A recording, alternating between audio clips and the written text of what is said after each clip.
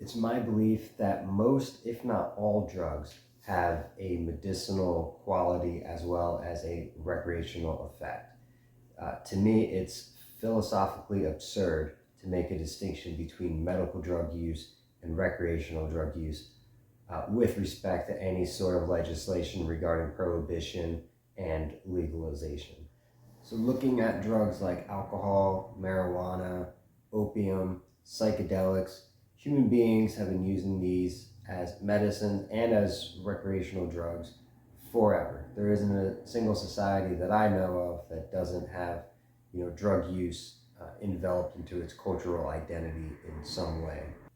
With regards to any sort of federal prohibition, that is a flat out violation of the Constitution. The federal government is in no position to be legislating drug use. And I made a video on the Bill of Rights. They are not amendments, they are rights. They are unalienable rights given to us from our Creator. And it is your right to use drugs if you want and how you want, whether that's medicinal or recreational. That is your right as an individual. And it is the federal government's duty to protect these rights. And that is not just my opinion.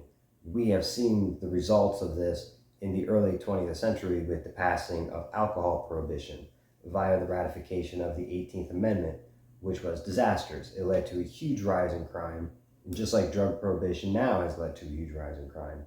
And of course, alcohol prohibition was eventually repealed with the passing of the 21st Amendment, which just states that the federal government can't block the sale, purchase, delivery of intoxicating liquors. Now, with this, I would argue that the Ninth Amendment comes into effect. Basically, the Ninth Amendment just says that your rights cannot be restricted to the text of the Constitution. So in other words, just because the Constitution specifically says that you have the right to drink alcohol, that doesn't limit your rights to other drugs. Now, obviously, I am a big advocate for marijuana legalization. And as I did say, I do believe medical marijuana is nothing more than a corrupt scam. Here in Pennsylvania, all you have to do is pay a doctor $200, tell him you have anxiety, and now you can buy state-controlled weed at state-controlled dispensaries. It's just absurd to me because you can find people who are in favor of marijuana legalization. You can probably even find people who are in favor of marijuana prohibition. You will not find a single person in this entire country, let alone this state, who believes that medical marijuana should be legal and recreational marijuana should be illegal. That's ridiculous. I can go right over to the river to Jersey and buy recreational weed and nobody cares. It's a corrupt scam, and people are willing to overlook that corruption because it makes it easier for them to get marijuana. I just don't understand how that's not a corruption, and it gets overlooked because people smoke weed. Like just because you have anxiety doesn't mean that you should have some special privilege of taking drugs that the average individual can't. It's just ridiculous to me. It should just be an all or nothing. It's either legal or it's illegal. But the concept of medical drug use, it just seems like a loophole for corruption, in my opinion. I don't know if anybody shares in that, but that's how I feel. Now, with that being said, I am a conservative and a Republican. It was the Republicans under Richard Nixon that started the drug war and criminalized marijuana. So on behalf of all conservatives, I will apologize for that. The reason marijuana was criminalized is because it is linked to hippies, and hippies are linked to communism. And I would also like to point out that drug prohibition is flat out un-American just in the philosophical context. If our founding fathers were around today, even that piece of shit Thomas Jefferson would be embarrassed and rolling over in his grave saying that the average American cannot legally just walk to a store and buy whatever they want for their own use. A good example of this would be the Liberty Affair, where John Hancock had his boat seized by the British authorities for smuggling wine. Would that not make him a drug dealer? When you look at uses of taverns during the Revolutionary period as places of gathering and sort of political discourse, alcohol is a drug. So whether you're smuggling wine or you're going out to the tavern to, talk about these fucking taxes, it's still centered around drug use. I would also like to point out that during George Washington's presidency, under the advice of Alexander Hamilton, they passed the whiskey tax. Now, this did lead to the Whiskey Rebellion, and I'm going to get into that.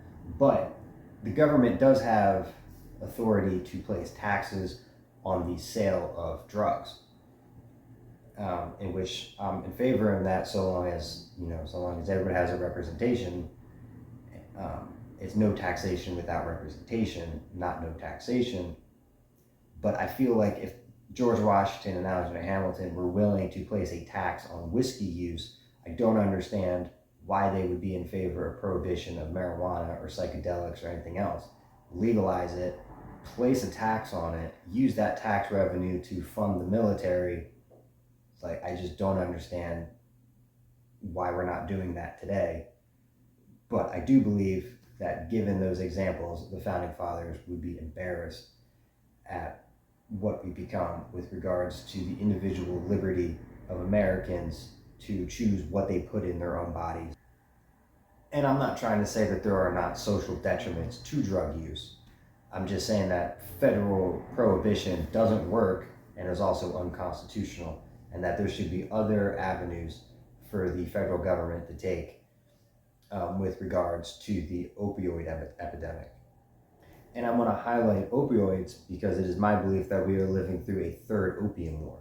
So if you don't know what the opium wars was, that is when Great Britain flooded the streets of Qing Dynasty China with opium in order to create an addiction crisis to weaken them socioeconomically so that they would have an advantage in trade, in particular things like tea and opium.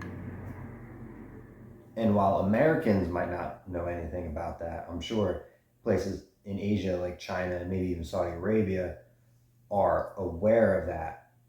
And so I wouldn't put it past any of the world empires, Saudi Arabia, China, Russia, to take a lesson from that and try to undermine American strength in the world by creating an addiction crisis. I feel like the best avenue for the government to take is the only one available, which is in the fields of education and propaganda. And I know a lot of people think that propaganda is inherently negative.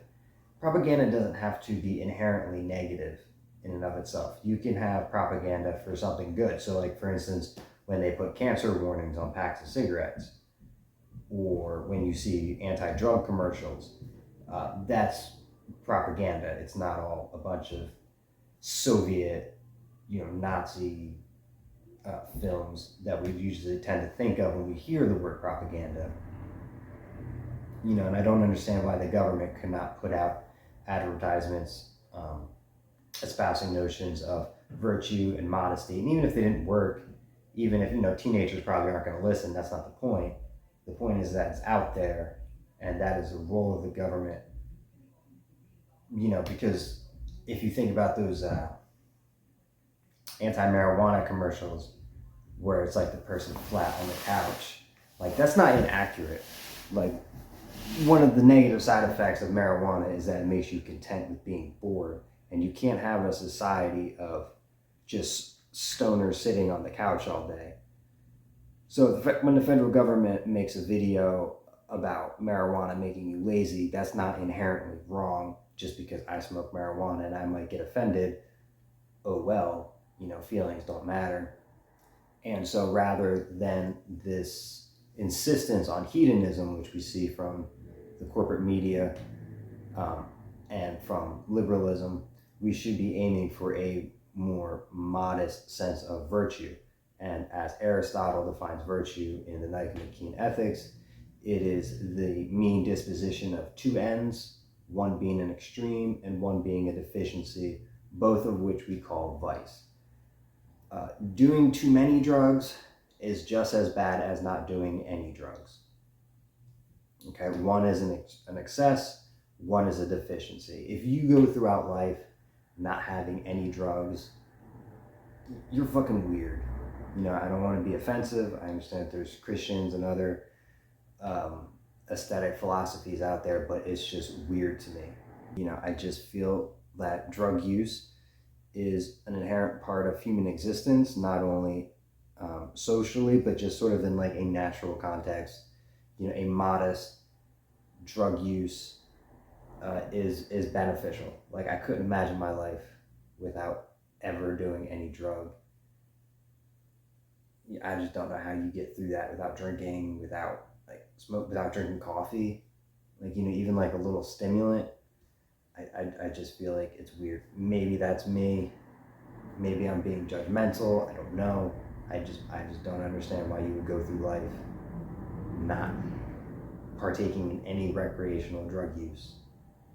You know, like, you're an adult, like you should, you know. But anyway,